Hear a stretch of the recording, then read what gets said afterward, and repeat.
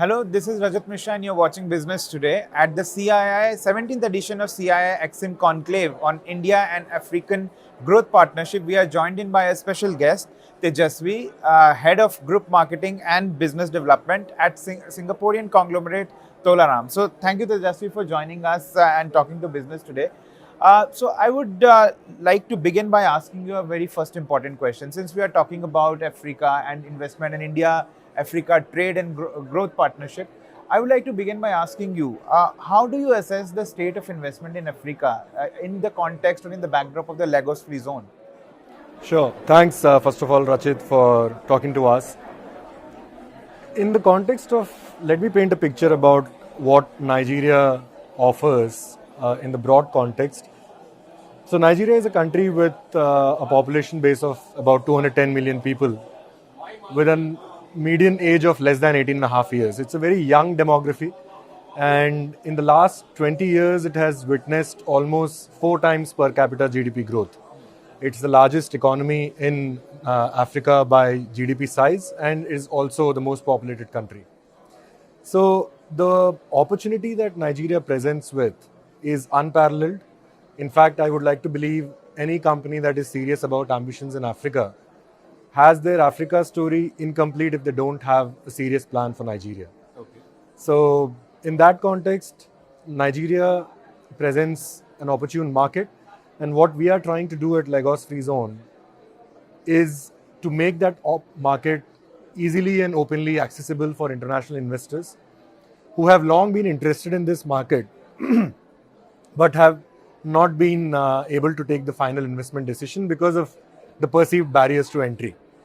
And that is where Lagos Free Zone chips in and tries to actively make the world look beyond the perceived barriers by attacking all the problems that Nigeria is traditionally known to be fraught with, by providing reliable solutions to each of these pain points.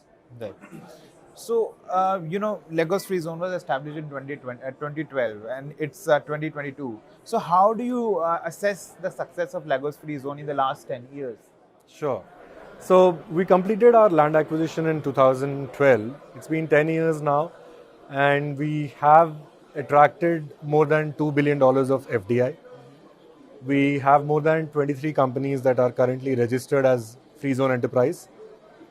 And we have generated close to 3,500 jobs that are currently employed from the local youth community as well as from the international talent pool. In terms of the sectors that this free zone can potentially disrupt, it is ideally positioned to cater to the industrial sector, which essentially involves manufacturing operations in different sectors. Because being a port-based industrial zone with all the industrial infrastructure put in place by the developer, the incoming tenants can basically hit their ground running rather than trying to overcome the challenges that emerging economies typically present with.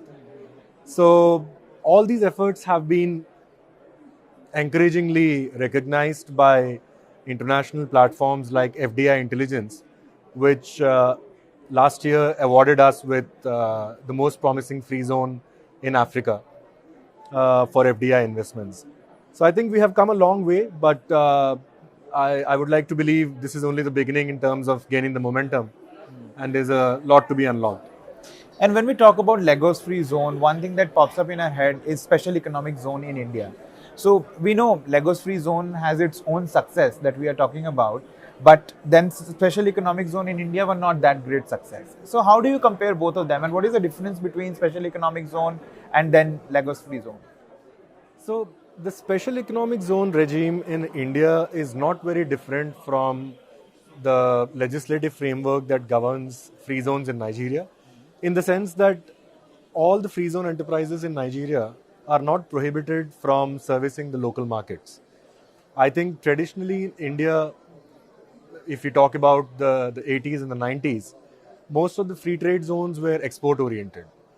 And from that standpoint, I think the Indian manufacturing competitive index was not attractive enough to transform the potential of those free trade zones into an export-oriented hub. And therefore, I believe even the government of India is moving towards a special economic zone regime that is more open to servicing both the domestic and the international markets without taking away the flexibility of the enterprises being able to access the incentives. So I think that is one of the differentiating factors.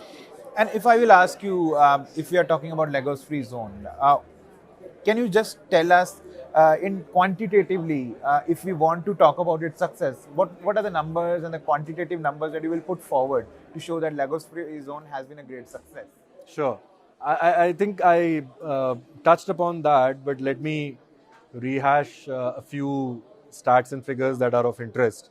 Uh, in 10 years, we have managed to secure FDI investments of more than $2 billion. We have managed to secure international companies coming and setting up their manufacturing operations, despite the key anchor tenant, which is the Lekki Port, deep sea port project, not coming online yet. It's under construction. It's about to be ready to receive its first container vessel by end of this year. Despite that, that statement of fact, we have already managed to secure 23 to 24 tenants that are already inside the free zone. We have generated more than 4,000 jobs, and we have managed to be recognized at international platforms as a free zone to keep an eye on, especially when it comes to servicing markets in Nigeria and West Africa.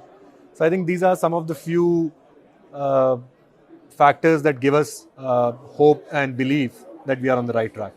And my last question, Tejasvi, since we are talking about Lagos Free Zone, what are the two, three best thing that it has to offer to all the investors? Very important question. So I think if I have to summarize the key value propositions for Lagos Free Zone, uh, I would summarize them in 3 points. The first point is Lagos Free Zone is the only industrial zone in Nigeria today which is fully integrated with the deepest seaport to be in Nigeria, which is the Lekki Deep Sea Port.